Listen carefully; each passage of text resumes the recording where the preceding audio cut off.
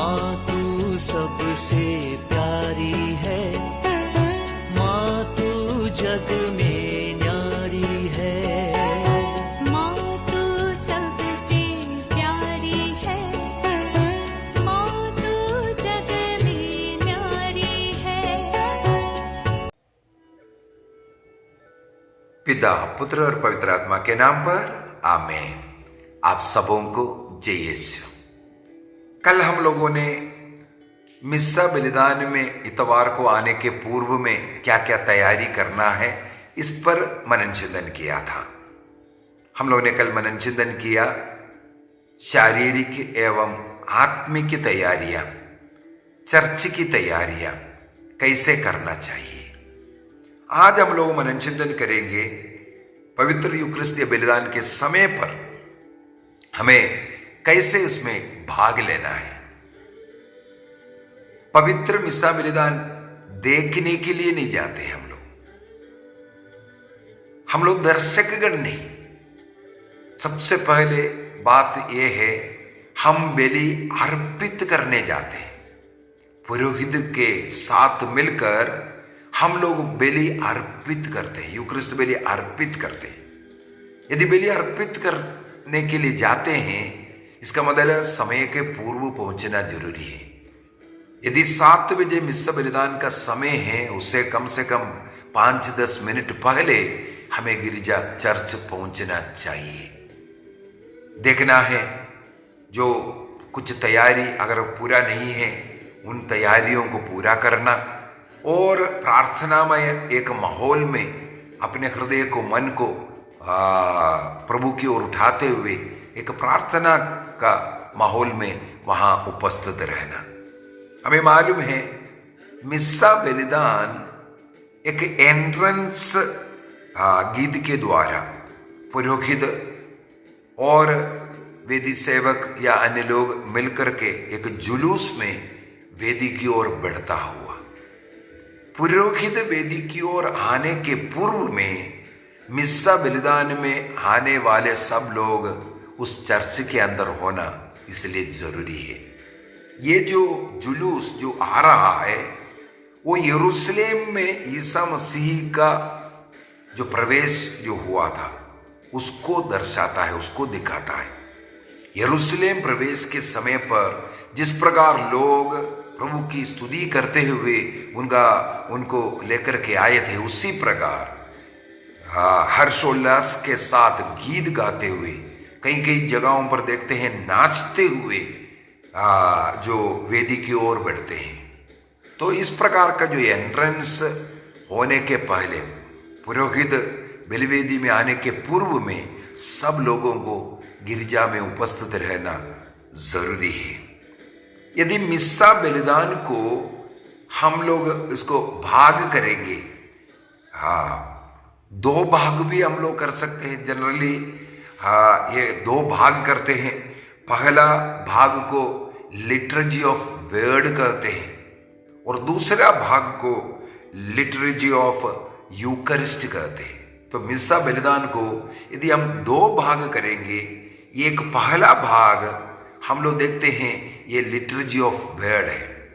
लूकस के सुसमाचार उसके अध्याय 24, लूक चैप्टर 24 वर्स 13 ऑनवर्स अगर हम पढ़ेंगे, वहां पर एम्माउस की यात्रा हम लोगों को मिलता है। 2 शिष्य लोग और ईसा मसीह एम्माउस की ओर यात्रा करता हुआ, वो एक प्रकार हम बोलेंगे जो शिष्य लोग और ईसा मसीह जो चल करके आया मिला, वो एंट्रेंस हुआ। यरूशलेम प्रवेश में जैसे ईसा मसीह जय जयकार के बीच में चल करके आया, उसी प्रकार इसके बाद शिष्यों के साथ बात करते हुए पुराना विधान के विषय में और जो अभी घटना हुआ, जो नए विधान में ईसा मसीह के साथ क्या क्या हुआ, इन सब बातों को बोलते बोलते वे लोग एम्माउस तक पहुंचा। यहां तक का जो घटने को हम लोग लिटर्जी ऑफ वर्ड में उठाते हैं, लिटर्जी ऑफ वर्ड। इसके बाद एम्माउस के उन 2 शिष्य लोगों ने ईसा मसीह को अपने घर में स्वागत किया, वे लोग रोटी लेके आए, देखो समर्पण, रोटी का समर्पण। इसके बाद ईसा मसीह ने उसको आशीष सब जो दिया और उनको ग्रहण करने के लिए दिया, और वे यरूशलेम वापस लौट करके जाते हैं। ये भाग लिटर्जी ऑफ यूकरिस्ट कहते हैं। इसका मतलब मिस्सा बलिदान का मुख्य 2 भाग हमें लूकस के सुसमाचार अध्याय 24 के अंदर हम पा सकते हैं। कई जगहों पर इस भागों को और डिवाइड करते हैं। कई बार हम लोग 5 भागों में डिवाइड करते हैं मिस्सा बलिदान को, 5 भागों में। सबसे पहले इंट्रोडक्टरी राइट कहते हैं, जो जुलूस में आना, और इसके बाद पुरोहित द्वारा स्वागत और इंट्रोडक्शन वाला जो बातें करना, और पश्चाताप की जो विधियां हैं, वहां तक का हम लोग देख सकते हैं। ये इंट्रोडक्टरी राइट में आता है। जब महिमा गान गाते हैं वो सब उसी के अंदर, उस भाग के अंदर आता है। इसके बाद लिटरेचर ऑफ वर्ड आता है। जब पहला पाठ, दूसरा पाठ, ये सब जो पढ़ने का जो समय है, और उसके बीच में जब स्तोत्र जो पढ़ते हैं, ये सब जो समय है, इसको लिटर्जी ऑफ वर्ड कहते हैं। तीसरा लिटरेजी, इसके बाद प्रेरितों का धर्मसार, या इतवार के दिन एक्चुअली धर्मसार को बोलना चाहिए, बड़ा वाला जो धर्मसार, नाइसिन क्रीड। हर इतवार और पर्व के दिनों में नाइसिन क्रीड बोला जाना है। कई जगह पर नहीं बोलते हैं, लेकिन वो बोलना ही उचित है। जो रोमन लिटरेजी के अनुसार वो ही सही होता है। दूसरी बात है लिटर्जी ऑफ यूकरिस्ट, जो चढ़ावा जो समर्पित कर रहे, वहां से शुरू होता है।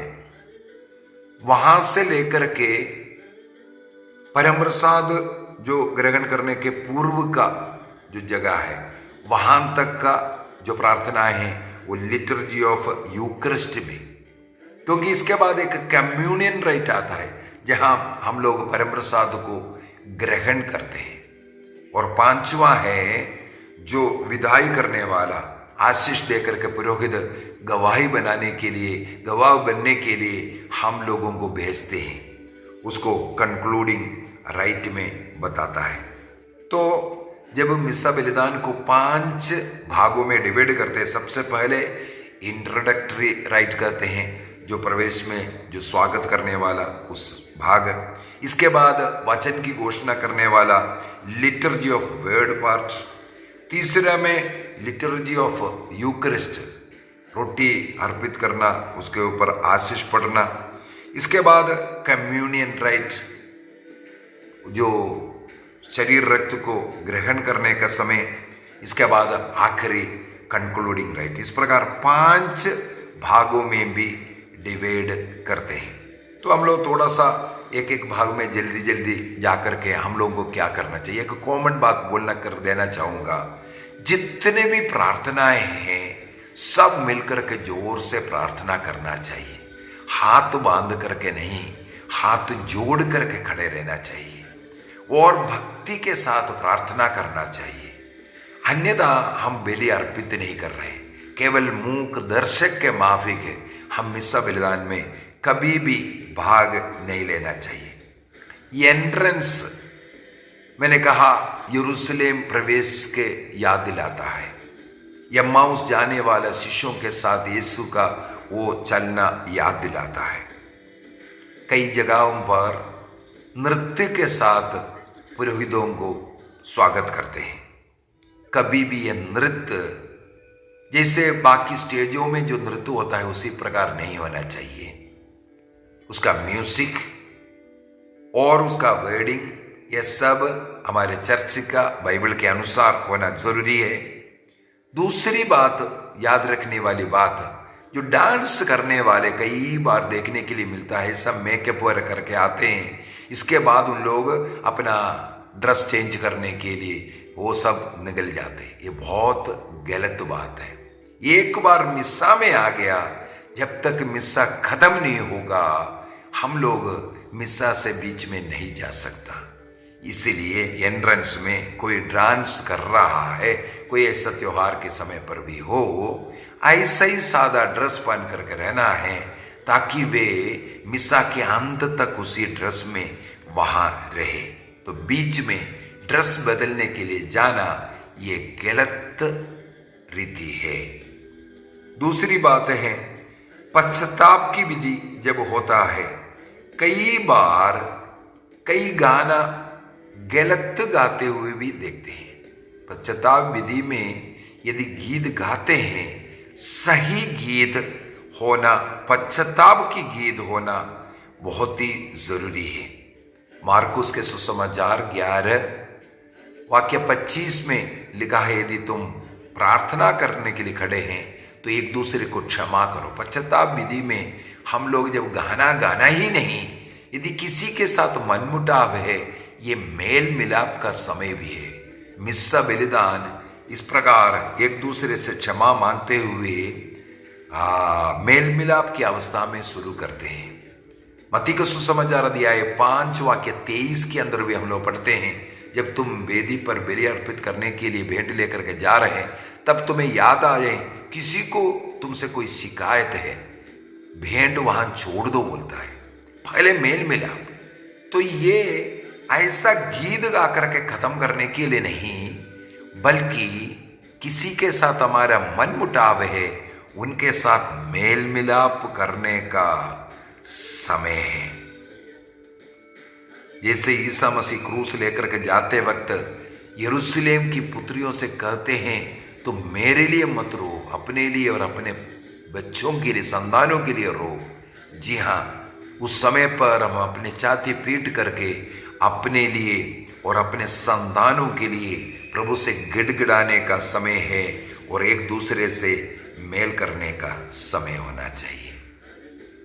अगला, जब वचन को पढ़ने का जो समय आता है, पढ़ने वाला व्यक्ति जोर से आवाज उठा करके उसको पढ़ना चाहिए। जहां पढ़ने का स्थान है, उसी स्थान पर पाठों को पढ़ना चाहिए, पहली बात। क्योंकि उसके लिए वेद जो पवित्र स्थान है, वहां पर स्थान बनाया हुआ है, बाइबल को पढ़ने का स्थान। ये बलिवेदी के सामने खड़े होकर के पढ़ना नहीं चाहिए, बल्कि उसके लिए जो जगह है वहीं पर होना जरूरी है।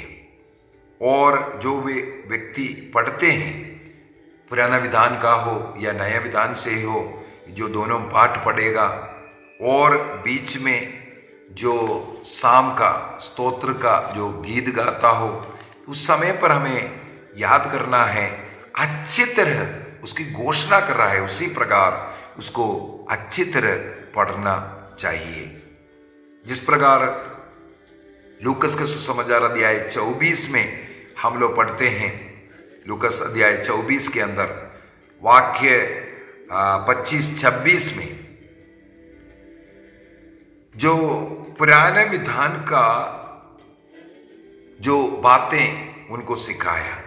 सबसे पहले शिष्य लोग पुराने विधान की बातें बताया, क्या क्या उस घटना हुआ शिष्यों के द्वारा। इसके बाद ईसा मसीह उसको एक्सप्लेन कर करके दे रहा है क्या क्या हुआ था, नबियों से, मूसा के नबियों से लेकर के क्या क्या हुआ। तो पहले शिष्य लोग क्या क्या घटना हुआ, यरूशलेम में इन दिनों में क्या क्या हुआ, इसके विषय में सुनाया।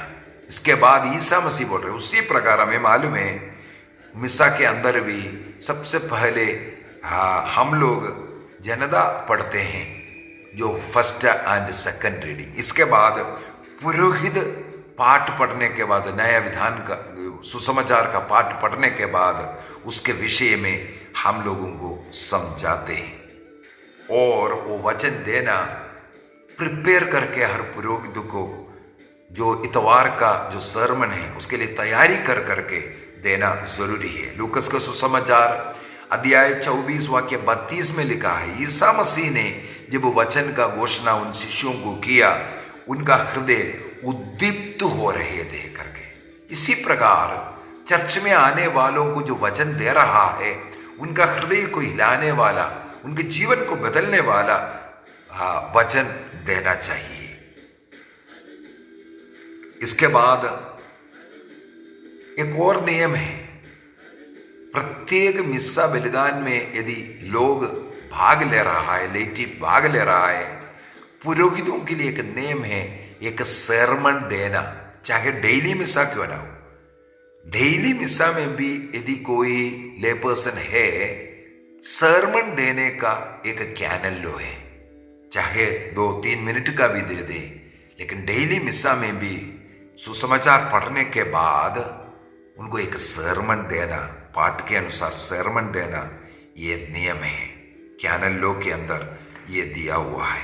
तो हर बार हर मिस्सा में वचन की घोषणा ये लिटर्जी ऑफ वर्ड के अंदर है, उसको करना जरूरी है। इसके बाद हमें मालूम है प्रेरितों का धर्मसार हो या नाइसिन क्रीड जो धर्मसार, उसको खड़े होकर के बोलना है। कई जगहों पर लोग बैठे हैं, उठता नहीं है। जब सरमन खत्म हो गया, नाइसिन क्रीड बोल रहा है, उस समय पर सबों को उठना चाहिए, खड़े होकर के अपना विश्वास प्रकट करना जरूरी है। इसके बाद सेकेंड वेटिकन काउंसिल के से जो लोगों को, लोग धर्मी को प्रार्थना करने के लिए प्रेयर ऑफ द फेथफुल कहते हैं, वो अनुमति दिया है। एक शर्त के साथ है यह अनुमति।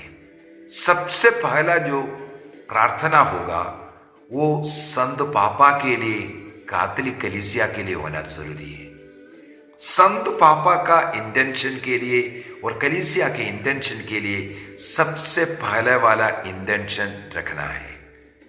अनेकों जगहों पर अन्य कई इंटेंशन रखते हैं, कभी कभी बीच में संत पापा के लिए भी प्रार्थना करते हैं, लेकिन नियम के अनुसार सबसे पहले संत पापा के लिए और कैथोलिक कलीसिया के मतलबों के लिए प्रार्थना करना। इसके बाद है लोकल बिशप हो, प्रीस्ट हो, कलीसिया के लिए हो, संसार के लिए हो, अपने व्यक्तिगत जरूरतों के लिए हो, यह सब इसके बाद होना है। सबसे पहले नियम में लिखा हुआ है संत पापा के मतलब के लिए, कलीसिया के मतलब के लिए। और दूसरी बात है कैनल लो और कैथोलिक कलीसिया का धर्म शिक्षा ग्रंथ के अंदर जब ये पाठ पढ़ते हैं, रीडिंग्स, कई जगहों पर यह देखने के लिए मिलता है एक पेपर या जो बाइबल डायरी, इसको लेकर के पढ़ता है। कैथोलिक कलीसिया का धर्म शिक्षा ग्रंथ 1154 के अंदर साफ साफ लिखा हुआ है, चाहे बाइबल डायरी हो, चाहे उस दिन का पाठ का जो कई जगहों पर पत्र मिलता है एक पेपर में, उस पेपर हो, ये वहां पर उपयोग करने के लिए मना है। केवल 2 किताबें बाइबल को पढ़ने के लिए, पाठ पढ़ने के लिए इस्तेमाल कर सकता है। नंबर फर्स्ट जो प्रतिदिन का या इतवारिया पाठ का जो संग्रह वाला जो किताब है वो इस्तेमाल कर सकता है। वो मिस्सा का ही एक भाग, एक किताब है, उसी को इस्तेमाल करना चाहिए। अन्यथा दूसरा पूर्ण बाइबल, एक संपूर्ण बाइबल, ये दो के अलावा कोई और बाइबल डायरी हो, कोई मैगजीन हो, कोई किताब हो, कोई अन्य पेपर में जो प्रिंट होकर के आ रहे हो, ये लेकर के वहां पर बाइबल रीडिंग नहीं कर सकते। ये सख्त मना है। कैटेकिज्म ऑफ कैथोलिक चर्च 1154 के अंदर ये साफ साफ लिखा हुआ है। ऐसे पेपरों का उपयोग करना, बाइबल डायरियों का उपयोग करना मना है। हमें क्या करना चाहिए? हमें अपना बाइबल साथ में लेकर के जाइए और बाइबल जब सिखा रहे हैं, बाइबल खोल करके उसको देख लीजिए। बाइबल डायरी को कैसे खोलेगा? ये बाइबल डायरी हो या पेपर में प्रिंट होकर के आ रहे हैं, ये सब अपना पर्सनल रीड करना है तो उसको इस्तेमाल कीजिए। इवन पारिवारिक प्रार्थना में भी बाइबल डायरी से पढ़ना नहीं चाहिए, क्योंकि प्रार्थना के पहले बाइबल को रख करके प्रार्थना करता है, रीडिंग के बाद उस बाइबल का चुंबन करता है। पेपर को या बाइबल डायरी को इस प्रकार चुंबन नहीं करता है। या मोबाइल को इस्तेमाल करने का स्टाइल आजकल शुरू हुआ, लैपटॉप, ये सब मना है। और जो रीडिंग के बाद, फर्स्ट रीडिंग के बाद जो गीत होता है, यदि वहां पर जो पढ़ने वाला, जो अनुवाक्य बोलने वाला, वो जो जो स्तोत्र दिया हुआ है उसके अनुसार नहीं है, वो गीत नहीं गाना चाहिए। उस वहां का पाठ के अनुसार यदि गीत है तभी गीत गा सकता है, अन्यथा स्तोत्र को पढ़ना है, अनुवाक्य को गाना है। स्तोत्र को पढ़ना है, अनुवाक्य को गाना है। यह सबसे उत्तम तरीका होता है रीडिंग के समय पर। इस प्रकार हमें ये देखना है, अनुवाक्य को गा सकता है, लेकिन वहां जो स्तोत्र पढ़ता है उसको उसी को पढ़िए, अन्य गाना नहीं गाना चाहिए। उसी प्रकार बाइबल पढ़ने के लिए जाते कई लोग सीधा बाइबल जो आंबो है वहां पर चले जाता है, वहां पुरोहित के पास जाकर के आशीर्वाद नहीं लेते हैं। जब ले पर्सन रीडिंग के लिए जाते हैं, वहां पर जाकर के पुरोहित से आशीर्वाद लेकर के रीड करना जरूरी है। दूसरा है, कई बार ये देखने के लिए मिलता है, जो रीडिंग किया इसके बाद वेदी में ही जाकर के बैठ गया, या दोनों मिलकर के पुरोहित से आशीर्वाद लिया। एक रीडिंग करने के लिए गया, दूसरे जाकर के वेदी में बैठ गया। वेदी में बैठना मना है। केवल पुरोहित और ऑल्टर बॉयज जो उधर वेदी सेवक है, केवल वही वहां पर बैठ सकता है। अन्य लोग कोई जाकर के बाइबल रीडिंग करने वाला, जो भी मदद करने वाला, वहां पर जाकर के ये बैठना गलत तरीका है, नहीं बैठना चाहिए। इसके बाद जो लिटरेचर ऑफ यूक्रिस्ट के अंदर हमें मालूम है, लूकस के सुसमाचार अध्याय 24, लूक चैप्टर 24 वर्स 30 से ऑनवर्स जो लिखा हुआ है, वो पार्ट यहां पर हम लोग मनाते हैं।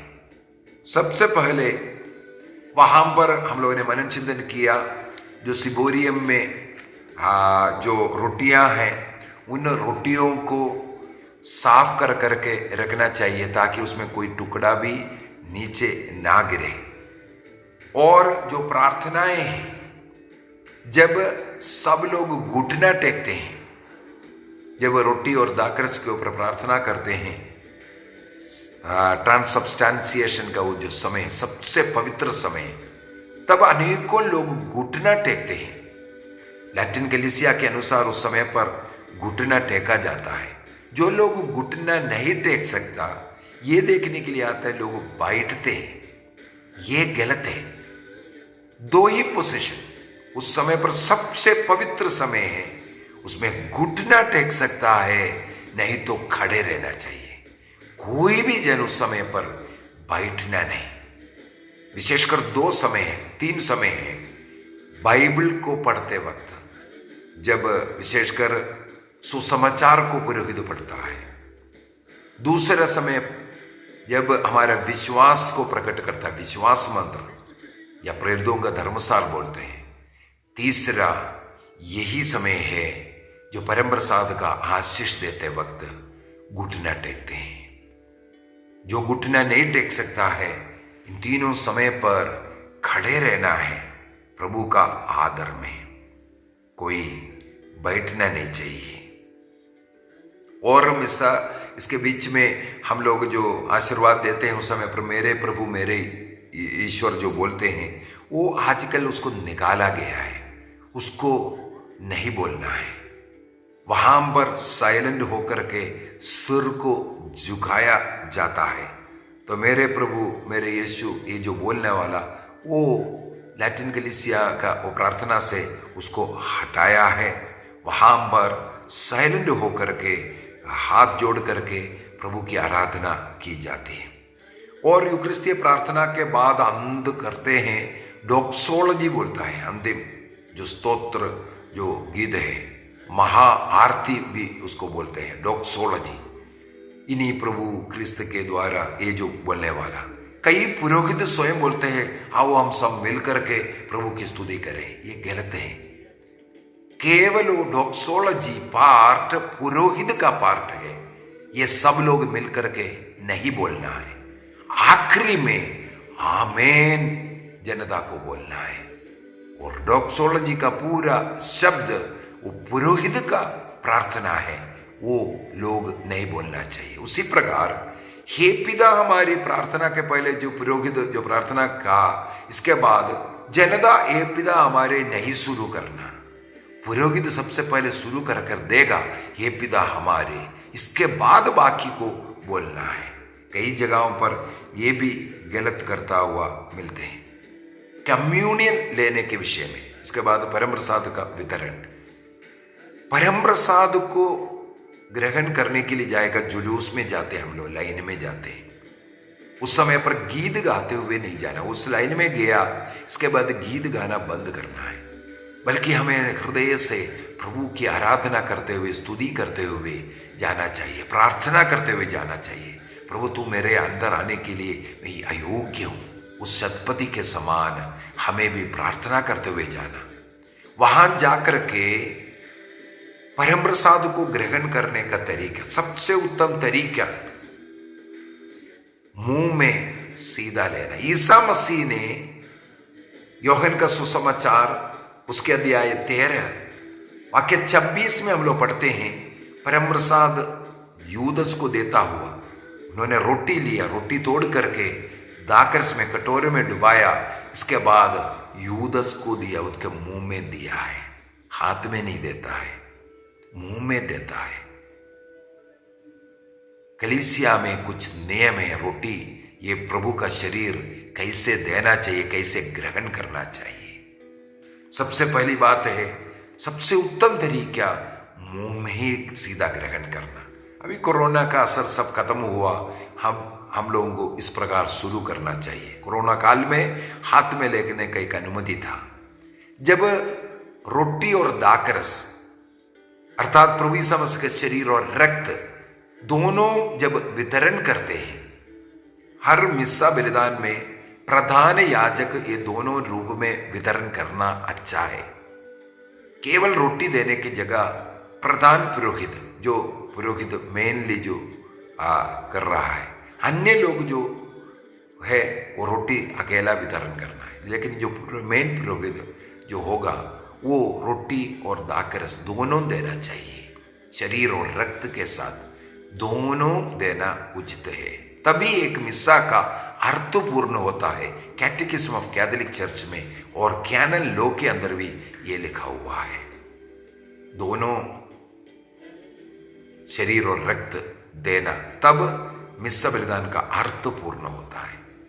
दूसरी बात, यदि ये दोनों रीति से दे रहा है, हाथ में नहीं दे सकता, वो डायरेक्ट मुंह में देता है। कई जगहों पर यह देखने के लिए मिलता है, पुरोहित के हाथ से रोटी लेकर के दाकरस में कटोरे में स्वयं डुबा करके ग्रहण करने का तरीका, ये बिल्कुल गलत तरीका है। कलीसिया में यह अनुमति नहीं है। कटोरा में डुबाने का अनुमति केवल एक पुरोहित को है। केवल एक पुरोहित या एक डीकन ये कार्य कर सकता है, अन्य किसी को भी कटोरे में डुबाने का अनुमति नहीं, ना कोई ब्रदर को ना कोई सिस्टर को। अगर रोटी हाथ में लिया, वो रोटी को ही हमें ग्रहण करना है, कटोरे में डुबाना मना है। कई धर्म प्रांत में मैंने देखा लोगों के हाथ में रोटी दे रहा है, लोग स्वयं कटोरे में डुबा करके ग्रहण कर रहा है। ये बहुत ही गलत तरीका है, ये पाप है, अनुमति नहीं है। दूसरी बात, हाथ में अगर ले रहा है, रोटी अकेला ले रहा है तो हाथ में, कई जगहों पर बायां हाथ बढ़ा करके ले रहा है, इसके बाद दाहिने हाथ से उठा करके मुंह में रख रहा है। बायां हाथ भारत देश के लिए तो ये उल्टा हाथ है, गंदा हाथ कहा जाता है। शौच साफ करने के लिए इसको इस्तेमाल करता है। इसलिए एक मिठाई भी किसी को देता है, बायां हाथ से लोग नहीं लेता है। कुछ भी हम किसी को देता है, सब दाहिने हाथ से ले रहा है। तब हम एक पुरोहित से बायां हाथ में कैसे, परम प्रसाद को बायां हाथ में कैसे लेगा? बहुत गलत तरीका। ये विदेश में किसी ने सिखाया, वो भारत देश में भी, विदेश में ही तो सारे पापों का जननी है विदेश, वहां का देख करके हम ऐसा करना गलत है। दोनों हाथों को रखो, दाहिना हाथ ऊपर रखो, बायां हाथ नीचे रख करके दोनों हाथ बढ़ा करके हाथ में लीजिए, सीधा मुंह में लेकर जाइए। ये सबसे उत्तम तरीका है। यदि आप ऐसा नहीं है तो दूसरा है, बायां हाथ को प्लेट जैसे पड़ा, दाहिने हाथ से रोटी को लेकर के सीधा मुंह में आया, बायां हाथ बढ़ा करके बायां हाथ में लिया, दाहिने हाथ से उठा करके ये करना, इसके बाद कई टुकड़ा हाथ में पड़ा है उसको फेंक रहा है। ये सब कितना गलत तरीका, हमें इससे दूर रहने की जरूरत है। कई लोग परम प्रसाद को लेते हैं, हाथ में रख करके अपने स्थान पर चले जाता है, नहीं ग्रहण करता, वहां जाकर के ग्रहण करता हुआ हम देखते हैं। या वहां से लेकर के थोड़ा हट करके फिर माता मरियम का मूर्ति हो या अन्य संतों की मूर्ति हो, उसको दे करके उसको फिर ग्रहण कर रहा है। परम प्रसाद ईसा मसीह है।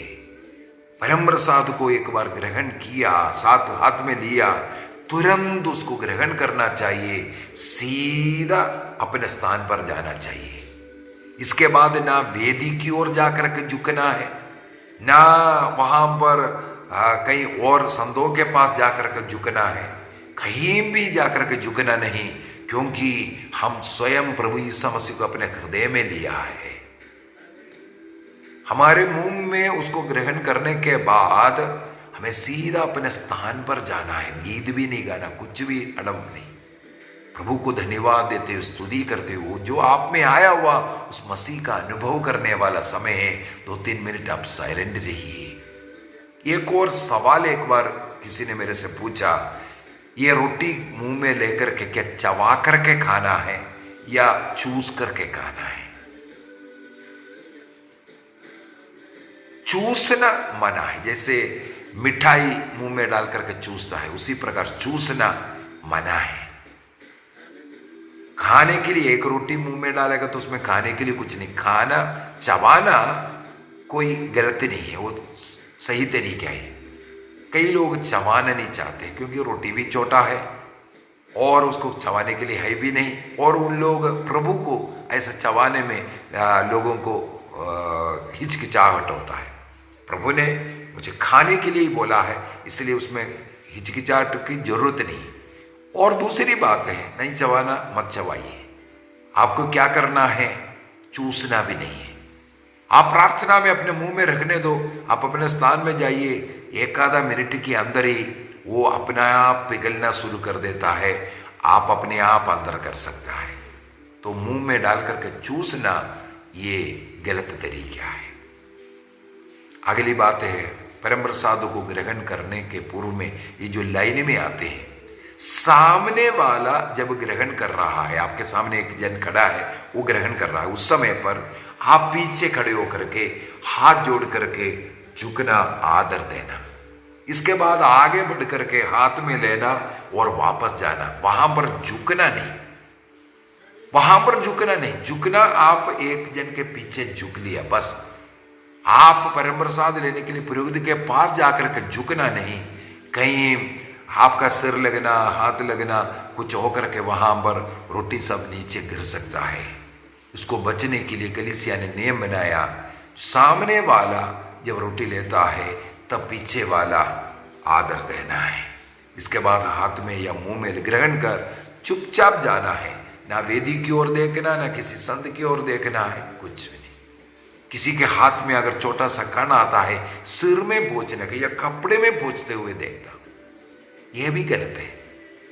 छोटा सा कण अगर हाथ में है, अपने जीवों से ही उसको ग्रहण करना, क्योंकि वो पूर्ण रूप से वो भी ईसा मसीह है।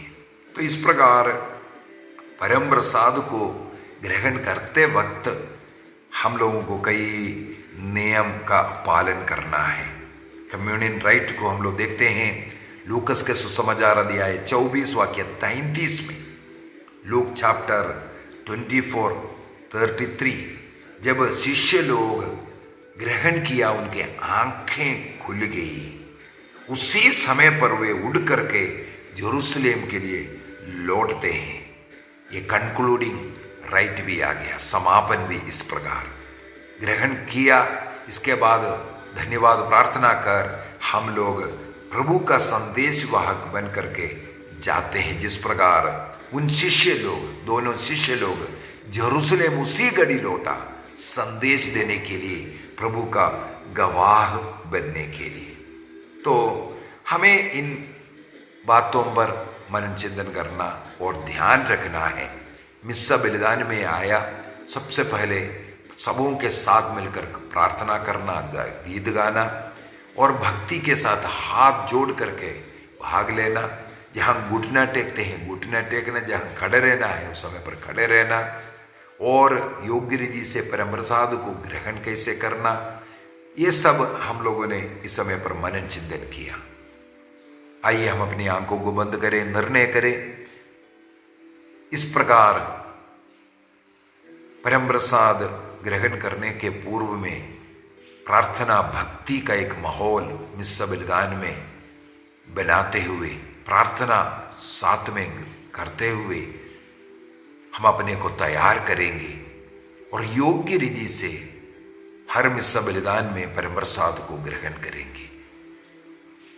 ऐसे लोगों को समर्पित करते हैं जो नशा और पाप की अवस्था में भी परम प्रसाद ग्रहण करते हैं, नशा करते हैं, इसके बाद कोई हिचकिचाहट नहीं, मिस्सा बलिदान में आते हैं। ऐसे पुरोहितों के लिए भी प्रार्थना करें जो नशा करता है और अन्य पाप में गिरा हुआ है। इस प्रकार शैतान के लिए बलि अर्पित करने वाले लोग, हमें एक निर्णय करना है, हम कभी भी अयोग्य रीति से इस बलिदान में भाग नहीं लेंगे, प्रभु का शरीर रक्त को ग्रहण नहीं करेंगे, मिस्सा बलिदान में भय भक्ति के साथ भाग लेंगे। अपने परिवार को समर्पित कीजिए, परिवार के हर एक को समर्पित कीजिए, सब मिलकर के हर इतवार को चर्च जाने का निर्णय कीजिए। प्रभु हम सबों को अनुग्रह आशीष प्रदान करें, पिता पुत्र और पवित्र आत्मा के नाम पर, आमीन। आप सबों को जय यीशु।